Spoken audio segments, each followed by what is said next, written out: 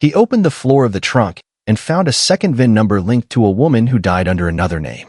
They said his wife died peacefully, but then why did federal agents come asking about a car he never told anyone about?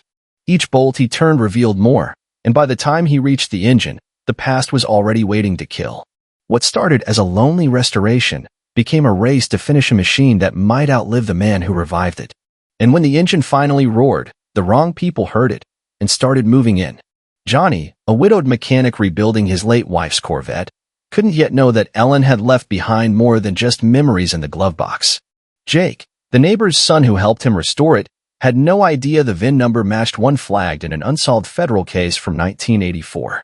And Avery, the government agent in disguise, certainly had no idea that the very car he came to silence was already telling its story online.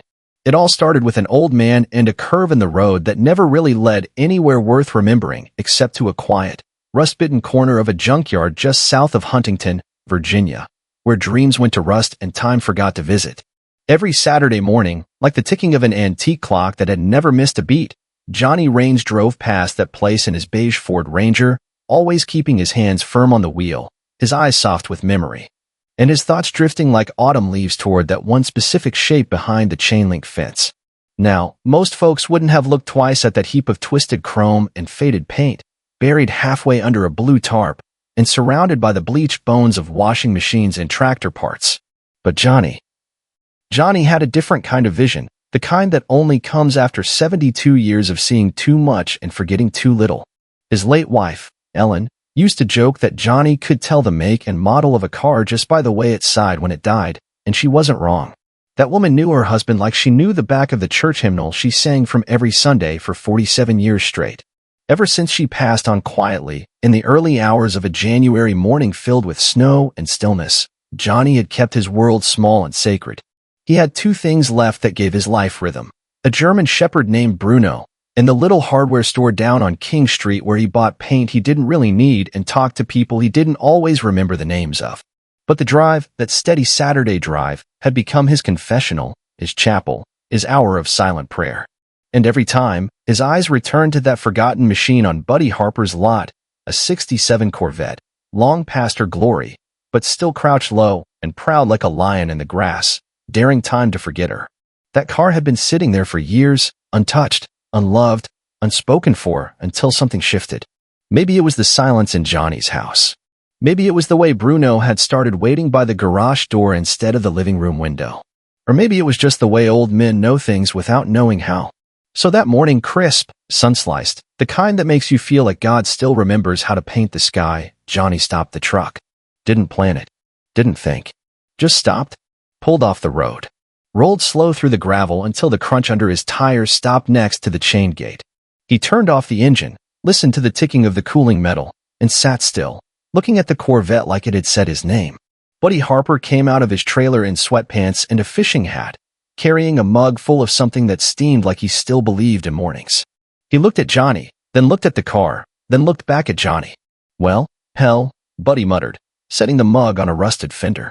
"Ain't seen you stop here in a dog's age. You finally thinking about taking her home?" Johnny didn't answer right away.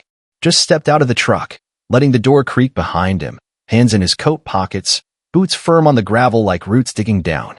He walked over to the fence, peered through the links like a man looking into his own past, and then he did something that surprised even himself. He smiled. "You still want 500 for her?" Johnny asked, voice low, steady, full of something that hadn't been there in a long time. Buddy chuckled, slow and a little sad. "Still do. Though if I'm being honest, I figured she'd leave here in pieces or catch fire in the summer sun." "You serious, Johnny? You really want her now?" Johnny didn't blink, didn't hesitate, just nodded once and said, "She's waited long enough." There was a silence then, deep and soft, the kind that wraps around two men who've seen the same decades roll by and lived to tell it. As Buddy unlocked the gate and walked toward the car, brushing dust from the Corvette's hood like wiping sweat from a sleeping beast, he asked quietly, "You mind me askin'? Why now?" Johnny looked at the car one last time before pulling an envelope from his coat pocket, thick with bills that smelled like old paper and sacrifice. His answer came slow, like a memory surfacing from beneath years of still water. "Because sometimes," he said, handing Buddy the envelope, "a man don't get to choose when the past comes calling. He just gets to decide if he'll answer." Buddy raised an eyebrow, the question still lingering in his breath. So tell me, Johnny, what is it you think you're really buying here? Johnny didn't answer right away, not because he didn't know, but because some truths need a moment to settle before they speak. He stood there beside the Corvette, his hand resting on the fender the way a man might touch the stone of a forgotten grave, as if half expecting to feel warmth still trapped beneath the surface. What am I really buying? He finally said, not looking at Buddy but past him, as focused on something that wasn't there, or hadn't been for a long while. I'm buying a piece of my silence back, Buddy, the kind of silence that started the day Ellen stopped saying good morning, and I stopped answering out loud. The wind rustled through the junkyard, carrying with it the dry rattle of leaves caught between broken lawnmowers and the tired bones of rusted-out Buicks. Buddy didn't say a word. He just nodded, like a man who'd been married long enough to understand exactly what another man didn't want to explain. You remember how it felt, Johnny continued, his voice as steady as an old porch swing, to walk into your garage at 26, back when your whole life smelled like motor oil and promise. I'm buying that smell back, not the garage, not the tools, just that smell of being young enough to think every bolt you turn fixes a little piece of the world. Buddy reached for his mug again, but his hand stopped short, his gaze still on the car. She's rough, Johnny. I mean real rough. That engine's been dead since before Clinton left office. Brakes are shot. Frames cracked underneath. You're looking at more years than you got left. Johnny turned then, slowly, as if the weight of that truth had to pass through his spine before reaching his face. A man don't count years the way the world does, Buddy. I don't need time, I need purpose. And this here, he nodded at the car, soft like a blessing, this is a purpose I can put my hands on. And that's when Buddy saw it, something he hadn't noticed before. The envelope Johnny had handed him wasn't sealed with a name or return address, but with a single red wax stamp, slightly smudged, bearing the faint outline of a bird in flight. It wasn't store-bought, and it sure as hell wasn't accidental.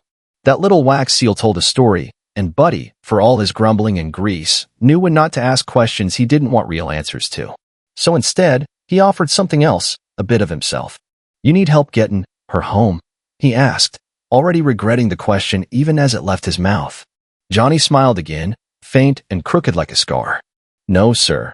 She's not ready to leave just yet. First, I gotta see if she remembers me. And with that, Johnny climbed back into his truck, not with the stiffness of an old man, but with the quiet determination of someone who had just been handed a key to a locked door inside himself. He didn't start the engine right away. Just sat there a moment, watching the shadows stretch across the junkyard, long and lean like memories slipping out of the past. Back at home, the house still smelled like Ellen, or maybe it was just his mind playing tricks, the way empty rooms sometimes whisper names they once knew. Bruno met him at the door, tail thumping like a metronome stuck on hope. Johnny poured himself a cup of yesterday's coffee, reheated it in the microwave that Ellen never did figure out, and sat down at the kitchen table with a yellow legal pad and a pencil sharp as regret. He began to write, not words exactly, but numbers, part numbers, inventory lists, restoration plans drawn from memory and muscle. Each line brought back a piece of the man he used to be, and each time Bruno sighed beside him, it reminded him that he wasn't doing this alone, not really. The next morning, as sunlight cracked open the world like a promise, Johnny's daughter Mary pulled into the driveway with a look that said she had questions and not enough patience to ask them gently. She stepped out, her nurse's scrubs still creased from the night shift, her arms folded in that familiar way that let you know she loved you, but also might smack you upside the head with that same love if you weren't careful. She found her father in the garage, staring at a long empty engine bay like it was a cathedral ceiling. Dad, she said, not unkindly, what exactly are you planning to do with that thing? Johnny, still holding the pencil from last night's list, turned to her and answered without hesitation. I'm gonna bring her back, sweetheart. I'm gonna make her whole again. Same way I've been trying to do with myself. She didn't laugh, didn't argue, just looked at him for a long time, then pointed toward the list on the workbench. But you're not gonna do this alone, are you? Johnny didn't flinch when Mary asked the question. He just leaned back slightly, as though the weight of her concern deserved space to land softly before he gave it the truth it had earned. He reached for his coffee, now cold and bitter the way he liked it ever since Ellen stopped warming it up for him, and he nodded once, slowly, like a man who knew he was about to say something that would echo louder than it sounded. No, he said gently, his voice carrying the rustle of falling leaves and empty pews. I'm not gonna do it alone. Turns out I've already got company. He just don't know it yet. Mary narrowed her eyes, suspicious the way grown daughters get when their father starts talking in riddles instead of reasons, her fingers drumming on the workbench in rhythm with rising worry. Who? She asked, though part of her already feared the answer might be more ghost than man, some lost comrade from her father's youth, risen from memory to lend a hand he no longer had. Johnny's gaze drifted toward the side fence, where the neighbor's boy, Jake Harper, stood squinting toward the garage like he was trying to read a language he'd almost forgotten how to speak. Tall kid, 22 maybe, built like a linebacker but moved with the caution of someone who'd seen a bit too much too early, the kind of young man who wore his ambition like an old flannel, threadbare but still warm. That boy, Johnny said, pointing his coffee mug toward the fence, has a gift in his hands and a wound in his heart, and I reckon this project's got enough room for both. Mary followed her father's gaze, her voice suddenly quieter, touched by something she didn't expect. You mean Jake? Buddy Harper's grandson? I thought he left town after the accident. Didn't realize he was back. Johnny didn't answer right away, because some things require silence before the truth can sit down. He remembered the headlines, not in print, but whispered through the aisles of the hardware store and murmured at the diner counter. Jake's brother, Nate, gone in a crash last winter, black ice, bad brakes, and a night that never really ended. Jake had disappeared for months after that, and when he came back, he didn't bring much with him but oil-stained clothes and eyes that didn't blink as often as they should have. I saw him out back a few weeks ago, Johnny said, watching the boy now lean on the fence, his hands deep in his hoodie pockets. He was fixing the hinges on their shed door, and he was doing it slow, not 'cause he didn't know how, but 'cause he didn't want the job to end. Mary said nothing at first, then walked slowly toward the door, pausing just long enough to say something that felt like a blessing in a daughter's disguise. If you're bringing that boy in, make sure he knows he's worth more than just the work. That kind of thing matters. And so Johnny did. Later that afternoon, as the sun settled into the tree line and the air turned soft with dusk, he called out over the fence like he used to back when neighborhood boys played catch in the street instead of staring into phones. Jake, you got a minute? The boy hesitated, like a deer considering the edge of a clearing, but then he came. Quiet steps, head tilted low, hands still buried deep. When he stopped at the garage door, he looked around at the shelves, the parts, the papers, and finally, the shell of the Corvette, silent and proud beneath a faded tarp. Johnny gestured to the car. You ever work on fiberglass? Jake shook his head. No, sir. Just sheet metal. Mostly frames and body panels. I'm no mechanic, not like you. Johnny chuckled, deep and genuine, the sound of an old log splitting under the weight of fire. Good. 'Cause I don't need a mechanic. I need someone who's willing to learn what can't be taught. Jake looked at him then, something shifting behind his eyes, something soft and scared, but maybe hopeful. Why me? He asked, barely above a whisper. Johnny reached over to a crate by the wall and pulled out an old, oil-stained service manual, the kind with pages that remembered what hands used to feel like before gloves and warnings. He placed it gently in the boy's arms. Because I think you're just like this car, he said. You've been through hell, but your frame's still straight. And I got a feeling what's left inside is worth rebuilding. Jake stood there for a long time, holding that manual like it might burn him if he dropped it. And when he finally looked back at the Corvette, something in his stance changed. Not much, but enough for Johnny to see it. Where do we start? Jake asked. Johnny didn't rush to answer Jake's question. He just walked toward the front of the Corvette with the steady patience of a man who understood that some things, especially the ones worth doing, deserved a kind of ceremony. He reached for the hood latch not like a mechanic, but like a caretaker unsealing a tomb, unsure of what waited beneath but certain that whatever it was, it had waited long enough. You always start, Johnny said softly, more to the air than the boy beside him, by looking dead in the face of what time tried to bury. The hood groaned as it lifted, hinges stiff from years of being ignored, like knees that hadn't bent since Eisenhower left office. Dust swirled up in slow spirals, catching the golden light that poured through the garage windows, and for a moment, it looked less like they were opening a car than opening a memory. Jake leaned in beside him, but what he saw made him take a step back, confusion flickering across his face like a candle in wind. That's not a stock engine, he murmured, blinking twice as if the motor might turn into something else if he stared long enough. Johnny didn't move. His hands gripped the edge of the hood as he nodded once, deep and sure. No, that's an L71. Factory rated at 435 horses, triple two barrels. Chevy only made a few of them that year. And this one's original. Jake's eyebrows rose, his lips parting with the reverence of someone realizing they weren't just in the presence of a machine. They were standing in front of a legend that had somehow gone unnoticed beneath a junkyard tarp for decades. "You're telling me this sat in Harper's lot, and nobody knew?"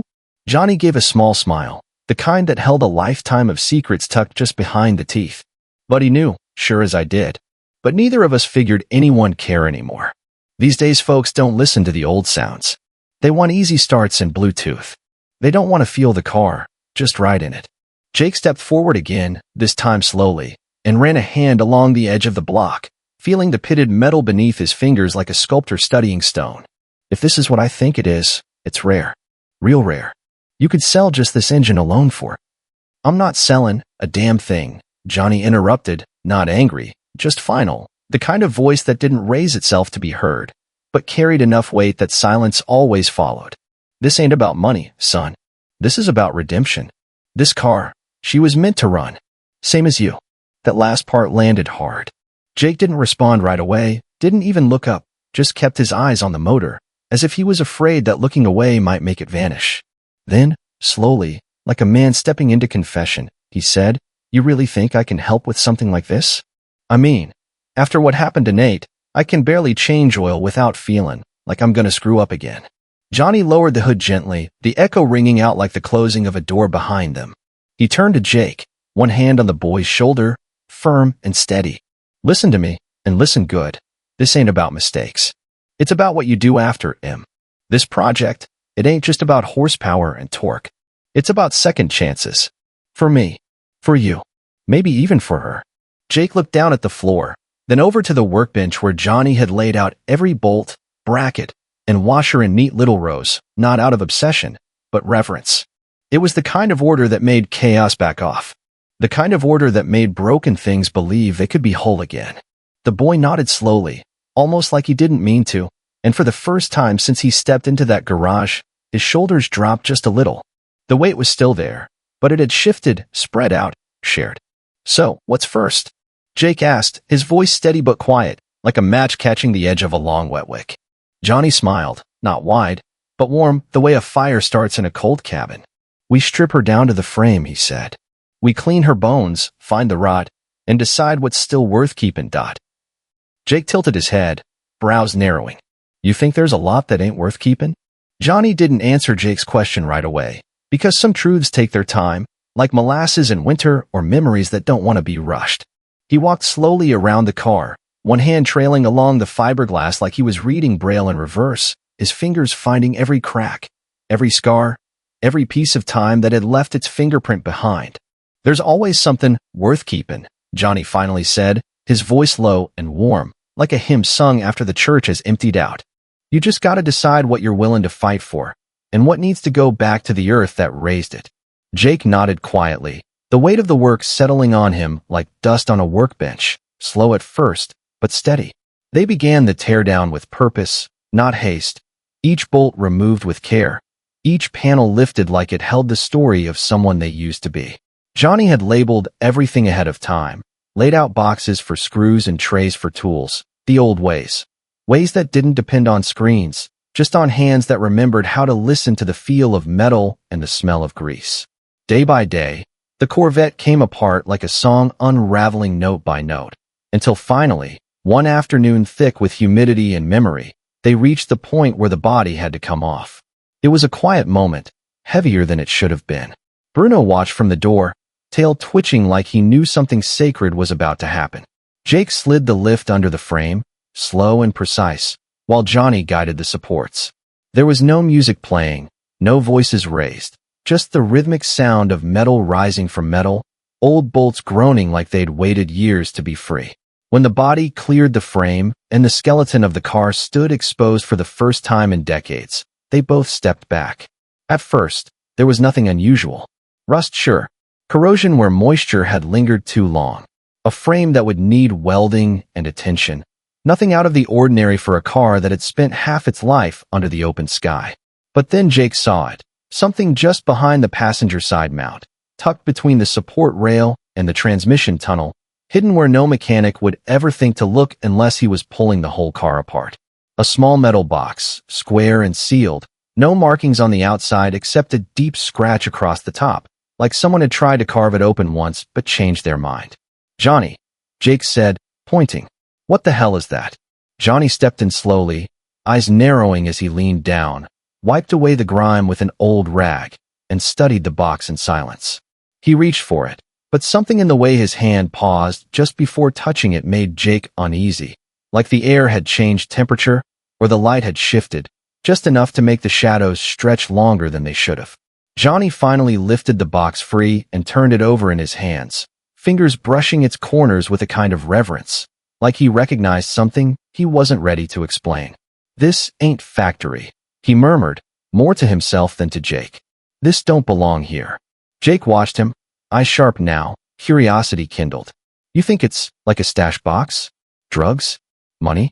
I mean, Harper said the car came from a DEA seizure back in the 80s, didn't he?" Johnny didn't answer right away. He walked over to the workbench, set the box down, and stared at it for a long moment before pulling out a flathead screwdriver. With slow, deliberate pressure, he slid the tip under the edge and began to pry. The lid came off with a soft pop, the seal breaking like old paint cracking in sunlight. Inside, there wasn't money. There weren't drugs. There were papers, old, yellowed, water-damaged, and on top of them, a photograph so faded it looked like it had been taken in another life. A woman and a man standing beside a red Corvette, arms around each other, faces half in shadow, half in sun. Jake leaned in, trying to make out the details. "Who is that? You recognize them?"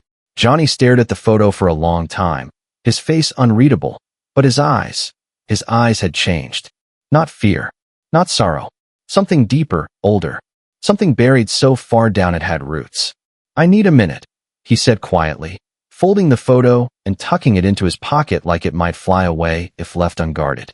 Jake stepped back, unsure now. "Johnny, is there something I should know? About the car? About you?" Johnny looked at him, and for a moment, he seemed years older than the man who'd lifted that hood a few days ago. "We'll talk," he said, voice barely more than breath. "Just not yet. Some ghosts gotta be invited in slow." Jake didn't press, not out of fear, but out of respect. Because when a man tells you there's more to a story, but he needs time to tell it, you give him that time. Especially if he's already trusted you with a legend in the shape of a machine. As Johnny turned back toward the frame, the box now empty on the bench, he said one more thing, quiet, but firm. "Start cleaning that frame tomorrow. We'll weld where it's weak. And Jake, don't mention that box to nobody. Not yet." Jake didn't say a word when Johnny told him to leave the box alone. He just nodded like a good apprentice would, wiping his hands on a rag that smelled of old fuel and sun-baked vinyl, then quietly packed up for the evening without another question. But as he walked the gravel path back to his side of the fence, with the stars just beginning to blink awake over the hills of Huntington, something inside him stirred in a way that had nothing to do with engines or loyalty. It wasn't defiance. No, Jake had too much respect for Johnny to be careless with his trust. But it was something else, something deeper, more rooted in the kind of curiosity that doesn't go away when the garage lights flicker off. That photo, that look on Johnny's face when he saw it, it wasn't just recognition. It was history, personal and haunted, like finding a note in your father's handwriting tucked into a stranger's Bible. Later that night, while the town settled into its usual quiet, porch lights dimming one by one, dogs giving up their last bark at the wind, and the scent of charcoal drifting from someone's backyard grill, Jake sat at his bedroom desk. That old service manual Johnny had given him now open but unread. His hands, still stained from the day's work, tapped restlessly against the wood, as if waiting for permission from a conscience that hadn't quite made up its mind. And that's when he did it. Quiet as a ghost, Jake crept back out into the warm Virginia night, cut across the Harper lawn like he used to when he and Nate would sneak out to meet girls they never married, and slipped through the back gate into Johnny's garage. He knew the code to the side lock. Johnny had told him just once, in passing, assuming it would be forgotten like most things whispered over tools and time. But Jake hadn't forgotten. He remembered everything now.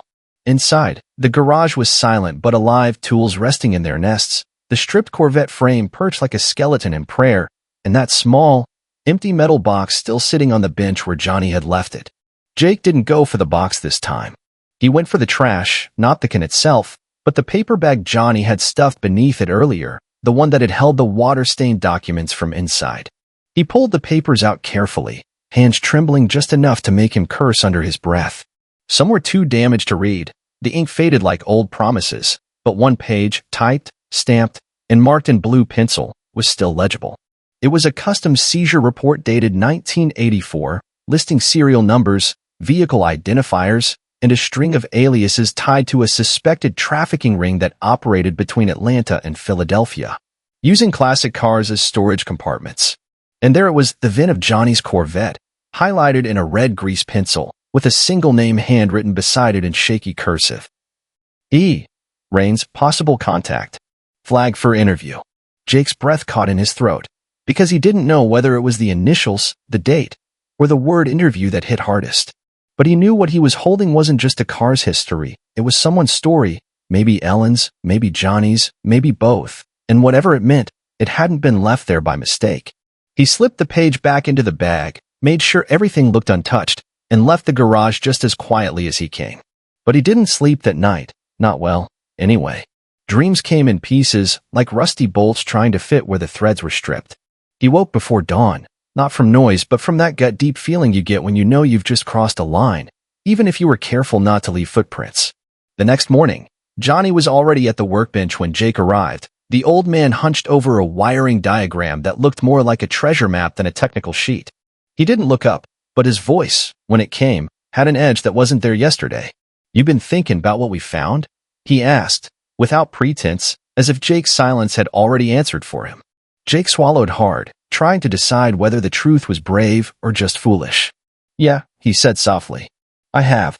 Johnny turned then, slowly, laying his pencil down with precision. "And did you find anything you weren't supposed to?" Jake didn't flinch, didn't lie, not because he wasn't tempted, but because something in Johnny's eyes told him the old man had already guessed. "I read one of the papers," Jake admitted. "There was a name on it. Ellen's name." Johnny closed his eyes for a moment, not in anger, but in something heavier, something that looked a whole lot like forgiveness wrapped in pain. "There's a reason I kept that car buried for so long," Johnny said quietly. "And now that you know a piece of it, you're gonna have to decide what kind of man you're gonna be." Jake stared at him, unsure of what that meant, unsure if it was a challenge, or a warning, or maybe both. "What happened, Johnny?" he finally asked, not out of accusation, but with the kind of fear that comes from loving someone enough to be afraid of their past. Johnny didn't rush his answer. He just stood there for a moment, his hand resting on the edge of the workbench, thumb running slow circles over the grain of the wood like a man remembering the feel of something long gone but not forgotten. The kind of silence that settled then wasn't awkward or empty, it was sacred, like the hush in a church pew when a widow stands to sing alone. "You want to know what happened?" Johnny finally said, his voice low and full of gravel, like an old radio tuned just right on a stormy night. "All right then, but you best sit, boy. Some stories don't come out clean. Some come out like old oil, thick, dark, and full of things that should have burned off a long time ago." Jake pulled over the folding stool, sat without a word, and waited, not like a mechanic waiting on parts, but like a son waiting on the truth from a father he wasn't sure he knew. "I met Ellen in '66, summer before I shipped out," Johnny began, his eyes fixed on a point somewhere just behind the past. "She was working at a diner off Route 11, wearing a red bandana and talking like she'd lived twice as long as she had. Smart as a whip. Fierce too. Said she wanted to be a teacher, but the world kept telling her to sit down and smile pretty."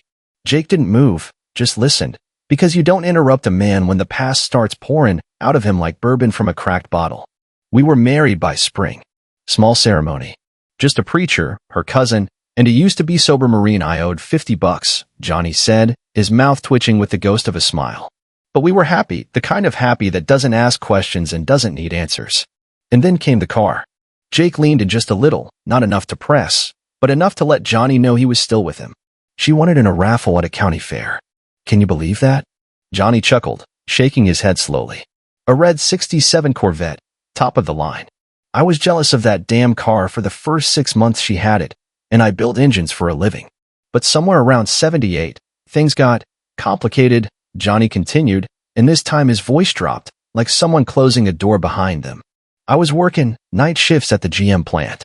Money was tight, our girl was sick, and the bills started to look bigger than the house." Jake blinked. "Girl." Johnny nodded, but said nothing else on that just yet. "That's when I met a man named Morris," Johnny said, the name falling from his lips like a curse he'd promised never to say again. He ran a shop down near Petersburg. Custom rebuilds, specialty mods, said he had government contracts. Turned out, it wasn't the kind of government most folks voted for. Jake's knuckles tightened on the stool. You're saying, you were moving something? Johnny's eyes locked on Jake's, and for the first time, there was no shield between them. I didn't know at first. Not really. Just thought I was delivering parts, rare stuff, on shipments. A lot of it hidden in wheel wells and behind panels. When I found out, I told Ellen. Thought she'd leave me. She didn't. Jake asked. Johnny shook his head slowly. She said if I was going down, she was going with me. And from that day forward, we didn't run from the fire, we ran through it. Together. Jake tried to speak, but the words didn't come easy. So, this car, the one sitting out there. Johnny turned and looked through the garage window at the frame they'd stripped bare just days earlier. That car was the last run. I swore it would be. Ellen agreed. We loaded what we were told, made the trip, dropped it off, and walked away. Cold. Never went back. Never answered the calls. We burned the maps, changed the names, moved 3 counties east, and didn't say nothing to nobody. And they let you go? Jake asked, disbelief creeping in like cold through a cracked windshield. Johnny gave a long, tired laugh. Son, people like that don't let you go. They just forget you exist, until they don't. Jake stood now, slowly, pacing a little as if trying to walk the story into his bones. So you think? Someone's still watching? After all these years? Johnny looked down at the empty metal box on the workbench, and then at the photo still folded in his pocket. I don't know, he said. But I do know this. Whoever left that box in the frame, they didn't do it by accident. They left it for somebody. Maybe me. Maybe Ellen. Maybe someone's still coming, Dot. Jake stopped pacing. I steady now. So what do we do? Johnny turned back to the frame, the skeleton of the Corvette gleaming in the garage lights like a confession waiting for absolution. We finish what we started, he said, his voice like thunder wrapped in velvet. We rebuild her, bolt by bolt, not just because we can, but because somebody out there still cares what she's hiding. Dot. Jake's jaw tightened. And if they come looking? Johnny gave a slow smile, not of arrogance, but of readiness. Then they'll find 2 men who ain't afraid of the past anymore. The knock came just after sundown, the kind of hour when the light softens and everything you love starts to look like a memory. Johnny had just poured 2 mugs of decaf, not because they needed caffeine, but because men like him drank coffee the way some folks said grace. Jake was tightening the first bolts into the rebuilt suspension frame when Bruno, who'd been snoring softly near the door, suddenly stood up without a sound, ears forward, head tilted like he heard something neither man could. 3 knocks, slow, spaced, deliberate. The kind of knock that didn't belong to neighbors, delivery boys, or anyone who made a habit of stopping by just to chat about the weather. Johnny didn't flinch, didn't look over his shoulder. He just placed the mug down on the workbench and looked at Jake, his eyes calm but sharper than they'd been in years. You ever pack a dog bowl with your left hand, but keep your right one free? Johnny asked, voice quiet, casual. Jake blinked. What? That's how Ellen used to tell if someone knocking was friendly, Johnny said, already walking toward the side door that led into the kitchen. A friendly knock's got rhythm. This one? That was calculation. Jake wiped his hands and followed, his pulse suddenly louder in his ears than the sound of the cicadas outside. Bruno stayed close behind, silent but bristling, the kind of dog who didn't bark unless there was reason. Johnny opened the front door slowly, just enough to see who stood on the porch. The man was tall, clean-cut, with a dark blue windbreaker and a posture that didn't match the age in his face. Late 50s, maybe early 60s, and too well-dressed for Huntington. He smiled politely, like a man who'd practiced it, and reached into his coat for a leather badge wallet that opened without flourish. Mr. Raines, the man said, his voice as smooth as cold water, my name's Avery. I'm with a federal recovery division that specializes in historical contraband.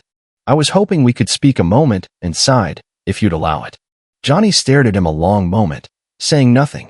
Then, without turning around, he called out, Jake, put some coffee on. Looks like we got a story worth listening to.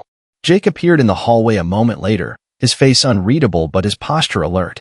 Avery glanced at him, nodded with that same polite smile, and stepped inside when Johnny moved aside. The 3 men sat around the old kitchen table that still had Ellen's favorite placemats, slightly frayed at the corners. Avery didn't take off his coat, didn't touch his coffee, didn't even look at Bruno, who watched him like a soldier waiting for orders. I'm gonna be plain, Avery began, laying the badge flat on the table. We've been tracking vehicles associated with a trafficking network from the late 70s through early 90s. Most of those cars were either destroyed or reclaimed in agency sweeps. But a few slipped through the cracks, one in particular, a red 1967 Corvette Stingray. Jake glanced at Johnny, but the old man just sat there, one hand on his mug, face calm as still water. We recently intercepted a signal from a customs trace, then verification request submitted from an old DMV terminal outside Richmond. Flagged in our system. Tracked to a salvage yard in Huntington, Avery continued, pulling a thin folder from his inside coat pocket. Now I don't believe you had criminal intent, Mr. Rains. You're not a wanted man. But the vehicle, that's another matter. Johnny finally spoke, his voice quiet but steady. You came here all this way to ask about a car that's been sitting still longer than some men stay married? Avery nodded. Not just the cars, sir. What may have been stored inside. We believe it was used to transport classified items, one shipment never recovered. Items the agency still considers highly sensitive. Jake leaned forward slightly. We already stripped her down to the frame. Nothing in there but rust and history. Avery tilted his head. Are you sure? Johnny's eyes narrowed just slightly. You ever built something from the ground up, Avery? The man blinked, slightly off balance. Not personally, no. Then you don't know what it means to feel a car's soul, Johnny said, standing slowly. If there's still something in that frame, I'll find it. And if it belongs to you, I'll hand it over. But until I know exactly what we're talking about, this conversation ends here. Avery stood as well, collected his folder, and adjusted his jacket. I understand your position, Mr. Rains. But I would advise caution. Not all of us are here just to talk. He nodded at Jake, then gave Bruno a wary glance before stepping back out into the night, his footsteps fading down the gravel path like a story you're not quite done telling. Johnny stood there a while, staring at the closed door, then turned to Jake and said, We gotta finish this fast. Whatever they think's in that car, it might be bigger than they know. Jake frowned. You think it's still in there? Hidden somehow? Johnny didn't answer Jake's question right away. Instead, he walked over to the garage sink, washed his hands slow and silent, the way you do after holding something holy or dangerous. He stared at his reflection in the small mirror above the basin, the one Ellen used to check her hair in before she'd call the dog inside or wave goodbye from the driveway. When he finally turned around, his eyes weren't angry or frightened or even surprised, just steady, like someone who'd already lived through the worst part of the story and was simply waiting for the rest of the world to catch up. I don't think it's in the frame, Johnny said at last, drying his hands on a rag that had seen more oil than fabric. Too obvious. Too easy. Back then, they knew folks would check the frame. But the tank, you'd never open unless you were going all the way. Jake raised his head slowly, the realization settling on his shoulders like sudden snow. You're talking about the gas tank? Johnny nodded. Ellen had a thing about fuel, never let it drop below half, never let me clean the sending unit. Said it was just sensitive, and I believed her. Or I wanted to. But now, I think she knew exactly what she was saying. They waited until dawn the next day, not out of fear but preparation. Some jobs need the right light, the right tools, and a mind that's rested enough to face whatever it finds.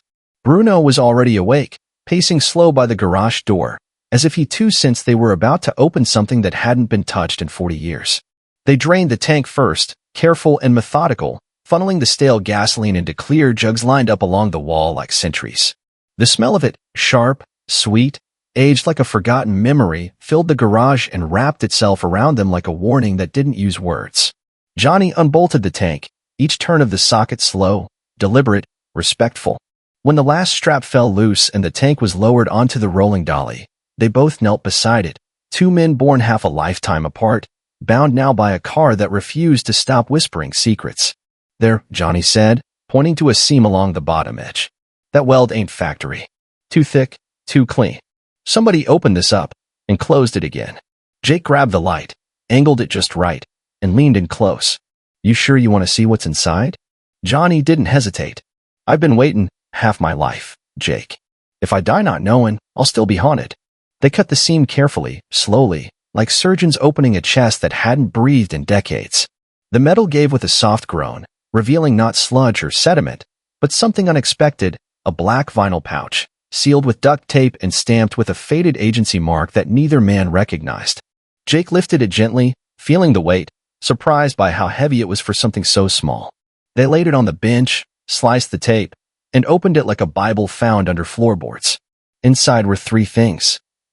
A small, leather-bound notebook filled with names, codes, dates. A velvet pouch containing what looked like microfilm rolls, and a worn photo of a man in a military uniform shaking hands with someone in a desert. And a key, brass, cold, engraved with the numbers 11 to 74 and a single letter, C. Jake turned the notebook over, his fingers trembling slightly. This looks like a ledger. Maybe safe house contacts. Maybe accounts. What the hell is this? Johnny didn't answer right away. He stared at the items like a man who just found out the house he lived in was built on someone else's grave. That's why they kept the car, he said slowly. Why it disappeared off the radar. They weren't just smuggling drugs. They were smuggling knowledge. Jake sat back on the stool, the weight of it all crashing down. And Ellen knew? Johnny exhaled slowly, not with pain, but with something deeper, resolution, perhaps, or even peace. She didn't just know, Jake. She protected it. For years. From them. From me. From anyone who didn't earn the truth. Jake looked at the key, puzzled. What do you think it opens? Johnny leaned forward, eyes sharp again, voice low but full of meaning. That's what we're gonna find out, and whatever it is, it's the last piece of what she left behind. Jake looked at the clock, then at the doorway, where sunlight now spilled in gold and silent. Where do we go next, Johnny? Johnny didn't answer right away when Jake asked where they should go next. He just stood there beside the workbench, one hand resting on the edge of the fuel tank like a man steadying himself before delivering a eulogy no one else was willing to speak. The morning light streamed through the garage windows, catching the dust in the air and turning it gold, like even the silence itself had been waiting to shine. We go to Clark's Mill, Johnny said finally, his voice like distant thunder rumbling through an old valley. North side of the old river, 10 miles past where the road gives up and the trees start whispering again. Jake frowned, already reaching for the map Johnny kept rolled in the drawer beneath the carburetor schematics. Ain't that where the textile plant used to be? My granddad said they buried part of the foundation after the fire. Johnny nodded, eyes far away now. That fire wasn't no accident. It was cover, the kind of fire you light when you need to make sure nothing comes back out of the ground. They packed quick and light, just the pouch, the notebook, and the key. No tools, no weapons, no second guesses. Bruno stayed behind, pacing by the garage door but not whining, as if he understood this part of the journey was meant for ghosts and men, not dogs and steel. The drive took just over an hour, though the road twisted so much it felt longer, the way time stretches when memory starts whispering old names into the corners of your mind. Clark's Mill hadn't changed much since the 80s, a burned-out shell of rusted metal and collapsed timbers, surrounded by trees that had grown thick with time and silence. They parked 100 yards out, walked the rest on foot, boots crunching through leaves and gravel that hadn't felt purpose in decades. The foundation was still there, half covered in ivy and moss, with a single steel door tucked beneath a collapsed stairwell like a secret someone tried to forget. Johnny pulled out the key, studied it a long moment, then knelt before the lock, hand trembling not with fear, but memory. The key slid in smooth, too smooth for something that hadn't been used in 40 years. When it turned, they heard the click of tumblers, the kind of sound you don't just hear with your ears but feel in your bones. The door groaned open, revealing a narrow stairwell leading down into darkness, the air thick with the smell of old paper and cold stone. They descended slowly, Jake with the flashlight, Johnny with the pouch clutched tight against his chest. At the bottom was a concrete room no larger than a gas station office, empty, but for a single safe built into the wall, and next to it, a rusted metal chair, its back still holding the imprint of someone who once waited too long for a promise never kept. The safe had no dial, just a keyhole. Johnny inserted the second key, the brass still warm from his palm, and turned. This time the sound was softer, almost a sigh, like whatever was inside had been waiting to be found. When the door opened, there wasn't gold. There weren't weapons or drugs or bonds. What waited inside was a box wrapped in canvas, and inside that, a collection of documents, some marked confidential in faded red ink, some bearing the seal of an agency neither man had ever seen before. And on top of the pile, folded like a letter never mailed, was a single page written in Ellen's hand. Johnny took one look at her handwriting and had to sit, not because of age, but because the weight of love never really leaves you, it just waits for you to remember it clearly enough to knock the wind out of your chest. He read the letter aloud, voice trembling but proud. If you're reading this, it means we made it out, and you never stopped chasing the truth. The documents in this vault prove the existence of an illegal program authorized without oversight, involving civilians and military transport in domestic operations. They used us, but I made sure they'd never erase it all. If they ever came back for the car, they'd have to face what they buried first. I'm trusting you, Johnny, not to hide this, but to finish what I started. Jake stood in stunned silence, the flashlight trembling slightly in his grip. She knew all along, he whispered, voice thick. She didn't just carry the secret, she protected it with everything she had. Johnny nodded, folding the letter and tucking it into his coat pocket, like something holy that deserved to be close to the heart. They left the vault without a word, sealing it behind them, the daylight outside suddenly too bright, too clean, for what they now carried. Back in the garage, the Corvette stood nearly finished, body gleaming like new, lines sharp and defiant, the kind of car that refused to be forgotten. Jake looked at the frame, then back at Johnny. What now? He asked softly. Johnny ran a hand along the fender, the touch like a benediction. Now we drive her, he said, us shining not with sorrow, but purpose. We show her. We tell her story. And we remind the world that some machines carry more than engines, they carry truth and love, and the people who never got the chance to speak for themselves. And as Bruno curled at Johnny's feet, tail thumping like a heartbeat beneath the concrete, the Corvette roared to life for the first time, not just a car reborn, but a story set free. Let me know in the comments, where in the world are you tuning in from? It's always a joy to see how far these stories reach. And if this one touched your heart, go ahead and subscribe so you won't miss the next one. Until next time, take care.